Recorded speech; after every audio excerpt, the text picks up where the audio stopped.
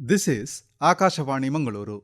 Dear listeners, in today's Talk in English program now, Dr. Jyoti Jayaraman, Assistant Professor, Department of Dermatology, Father Muller Medical College, Mangaluru, will speak on the topic Beware and be aware of topical steroids damaging the skin. Most medicines have like two sides to a coin. On one side, they offer relief and healing for various health conditions, providing patients with a sense of improved well being and quality of life. However, on the flip side, they also come out with a lot of side effects and risks.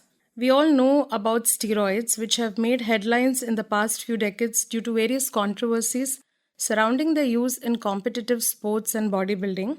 Most of us are aware that these steroids, which have androgenic anabolic actions, can actually resemble or simulate a synthetic form of male hormone, that is testosterone, and it has been widely used to increase muscle mass as well as strength.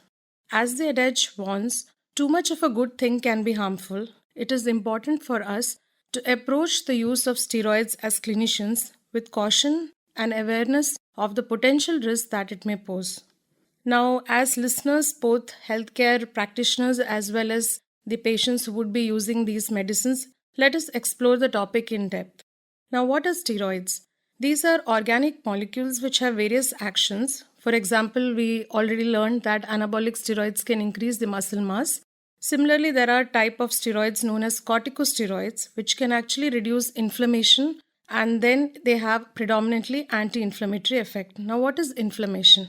So, it is a natural response of the body to any harmful pathogens or bacteria or infections, as well as cell damage or any injury to the body or any long term irritation. So, it is the body's protective response to curb this harmful stimulus to the body. However, while doing so, it can cause a lot of redness in the skin, it can produce itching, and it can cause other side effects as well. Now, it is observed as a basis or pathogenesis of many skin disorders. Interestingly enough, our body can produce some forms of steroids in glands which are situated or located on top of our kidneys. They are known as the adrenal glands. These steroids are important for our normal bodily functions when they are available or when they are produced in the right dose. Now, in addition to these, steroids also have something called as anti-proliferative effects, which means the cell growth or increase of the thickness of a tissue or a cell can be reduced. So this can be used in tumor suppression, etc. They can suppress or depress our immunity. Also, they have antipruritic effect, which means they can relieve the patient of the symptoms of itching. Now, they also reduce pigmentation, and this has found a vast usage of these steroids in dermatology practice. They can also have sex hormone-like effect on the skin. With these multitude of actions, steroids in practice of dermatology are commonly used to treat allergic conditions such as eczemas, insect bite reactions, also other inflammatory conditions like psoriasis or lichen planus, which we now learned that it has immunosuppressive actions. So these have immunological basis, certain blistering disorders and autoimmune disorders, as well as pigmentary disorders. Again, notably, both the disorders of decreased pigmentation, that is hypopigmentary or depigmentary disorders such as vitiligo, as well as hyperpigmentary where there is increased amount of darkening or pigmentation on the skin, for example melasma, which we commonly see on the face. So it has found improvement in both these conditions. Now, steroids which are available in the market for treatment are available in various preparations or formulations. So they can be taken as an oral formulation like an oral tablet or syrup. They can be application based, what we commonly know as topical medications, that is creams, ointments, lotions or sprays. Intralesional, so certain conditions where we need to deliver the medicine right in the bulk of the tissue. For example, people with thick scars on the body, what we call as keloids, they come for these injections. They are also available in systemic forms, that is where we need to give them intravenously or in the buttocks intramuscularly, where it can be used. In 1952, there were pioneers in dermatology, Dr. Marion Sulzberger and Dr. Victor H. Witten. They introduced a very mild form of corticosteroid known as hydrocortisone. With this finding, it revolutionized the treatment of dermatological disorders, and ever since then, it has been a cornerstone in treating symptoms of itching, redness, as well as pigmentation. There are various preparations and potencies which are available. Why we should know about these are those which are very potent or they are very strong compositions can actually produce side effects much more easily than those which have low potencies. So there are many classifications. The broadly used classification is a USA classification, according to which we have 7 different strengths or potencies of these steroid preparations which are available topically or for application. In 1979, a few dermatologists who were studying these benefits in curtailing symptoms and signs of this disease found it to be so impressive that they said that these steroids were very seductive in nature. But they also observed that there was varying degree of dependence to these drugs, and they coined the term steroid addiction. So we have earlier discussed that steroids, both topical as well as systemic, that is the oral use or the intravenous use, exert their action by suppressing or curbing the inflammation and the immune responses of the body. Now, while they can improve certain symptoms in patients and provide good amount of relief to these patients, they also disrupt the delicate balance of the skin structure and function. So this can lead to varying degrees of side effects or adverse effects, as we know. Now, long-term use can lead to a phenomenon called as tachyphylaxis. So what happens is the body does not respond to the same amount of steroid which we have been applying for a long time, and it stops responding to that dosage.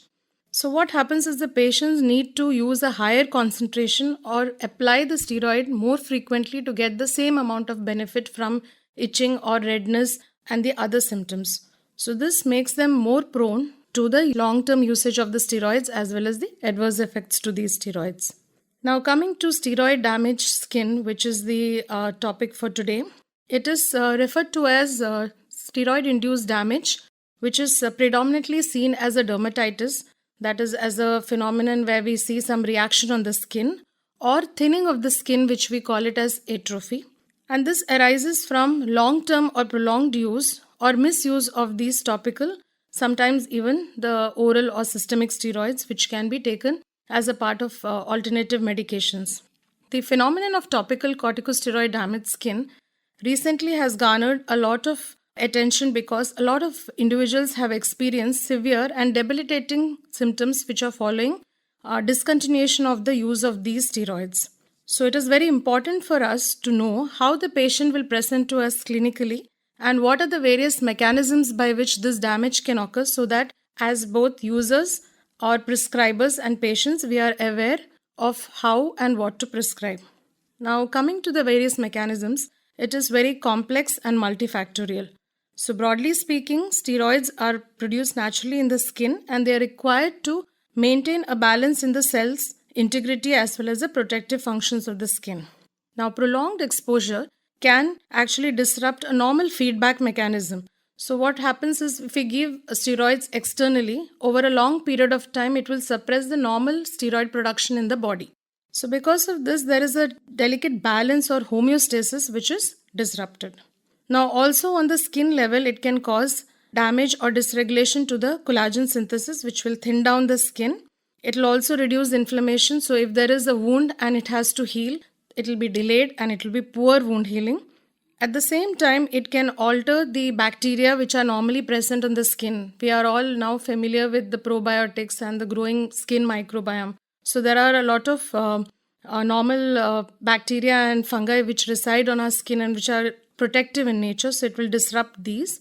Also, it will disrupt the delicate balance of the lipid barrier. That is, our skin is naturally rich in lipids which will protect the skin from any external forces or injury. Now, skin barrier dysfunction can also lead to increased loss of water through the skin. This can actually cause excessive dryness and the patient's skin becomes more prone for any irritation or any kind of injury or any kind of external allergy and will react more profoundly than a normal person's skin who has not applied or used steroids. Coming to immune dysregulation, so as we said earlier that there is an immune suppressive action, which means that these patients will have a depressed immunity, especially in the area of the skin where they are applying. So what does that mean? They actually get relief from symptoms, but at the same time the skin is more vulnerable to other infections by bacteria, fungi, etc. So this was one of the leading causes of a lot of patients coming to us in the skin OPD with widespread tinea or fungal infections, which we popularly call it as ringworm infections. So it spreads from one area to another and one person to another, and most patients have used over the counter corticosteroid medications without prescription. There can be neurosensitization. So, what happens is because of prolonged suppression of the itching in these patients, it can also cause dysregulation in this axis, sort of a neurological axis, and lead to increased sensitivity of the patient who has been using the steroid for a long time. This will lead to the patient to get rebound phenomenon. That is, as soon as they stop using the steroid creams, they get intense itching, and so they go and they buy another tube. And as we learned earlier, there is tachyphylaxis. That is, with time, there is a depressed or a decreased sensitivity to the same potency. So they will try to buy a more potent corticosteroid and they'll keep using, and it is like a vicious cycle. Now, one of the main signs of steroid damaged skin is also thinning of the skin. So what happens is the skin can lose its elasticity, fragility, because there is decreased collagen synthesis. Collagen is a main protein which is important for the resilience and strength within the skin.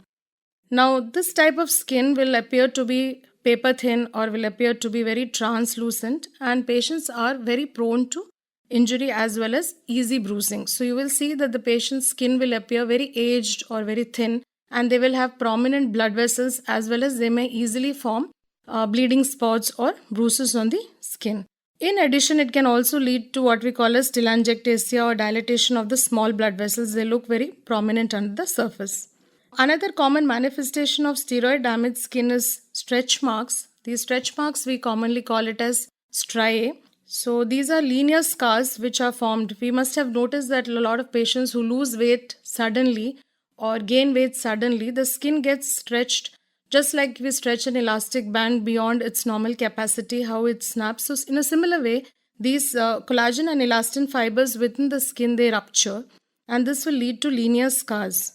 Some of these changes sadly are, however, permanent, which is why we need to curb early the use of these corticosteroids beyond the recommended duration.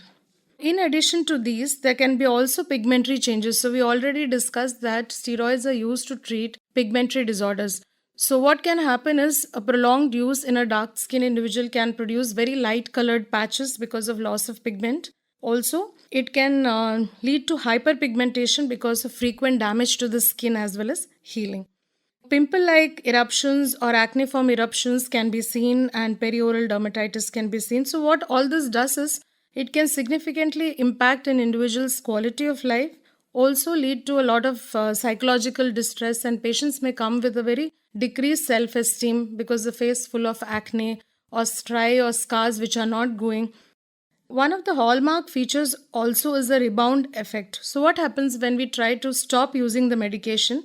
The skin or the body has become so used to the external source or the stimulus that when we stop, it flares up the symptoms. So patient will come with a lot of burning sensation, redness, itching, irritation, dry skin. They cannot tolerate the sunlight like normally they would tolerate.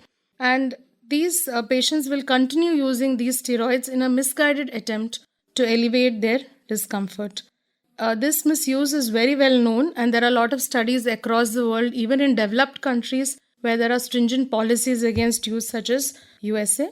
So this phenomenon has also been reported from India, and the topical corticosteroid misuse was first reported in India in 2006, and it was published by an eminent dermatologist in our country in March 2008. And he had called it topical steroid dependent or damaged face. The skin being much thinner than rest of the body, is more prone to these kind of side effects like dilated blood vessels, thinning, redness, rosacea, etc. So coming to these management of these type of skin disorders is very, very challenging, because as soon as we stop using these creams, the patient will have a rebound phenomenon. A good patient education session as well as psychological counseling is necessary, because the patient's hand holding is necessary for a long period of time. Giving the patients moisturizers, good relief from the itching by giving antihistamines or the medicines to reduce itching, sunscreens, a neutral pH, face wash, etc., and using some other medicines to actually curb down the side effects produced by these corticosteroids is very, very essential. Now, why we need to highlight it among the listeners is regulatory authorities in many countries have taken a step, including ours, where recently there have been stringent laws which have been put into action by the continued effect of our association, that is IADVL, as well as a dedicated task force towards this particular cause. We also need to educate the people who are involved in over the counter selling of these medications. They should be aware that these are only prescription based medicines and should be given only for a prescribed duration of use, and we should always go back to the doctor or the dermatologist to ask whether they need to continue this medication. Now, early recognition, appropriate management, and patient educations are very, very important, as well as looking after the psychological impact of this condition. So, despite their initial appeal for instantaneous results, the reality of this abuse underscores the cautionary warning that excess of a good thing can turn bad. With this, I would like to sensitize all the listeners to embrace their skin tone and ethnicity, because a lot of these products are marketed as fairness creams or skin lightening creams. So I would like to tell them that embrace your beauty because it's being comfortable in your own skin. Dear listeners, you have just heard a speech, Beware and Be Aware of Topical Steroids Damaging the Skin, delivered by Dr. Jyoti Jairaman. This talk came to you from the studios of Akashavani Mangaluru.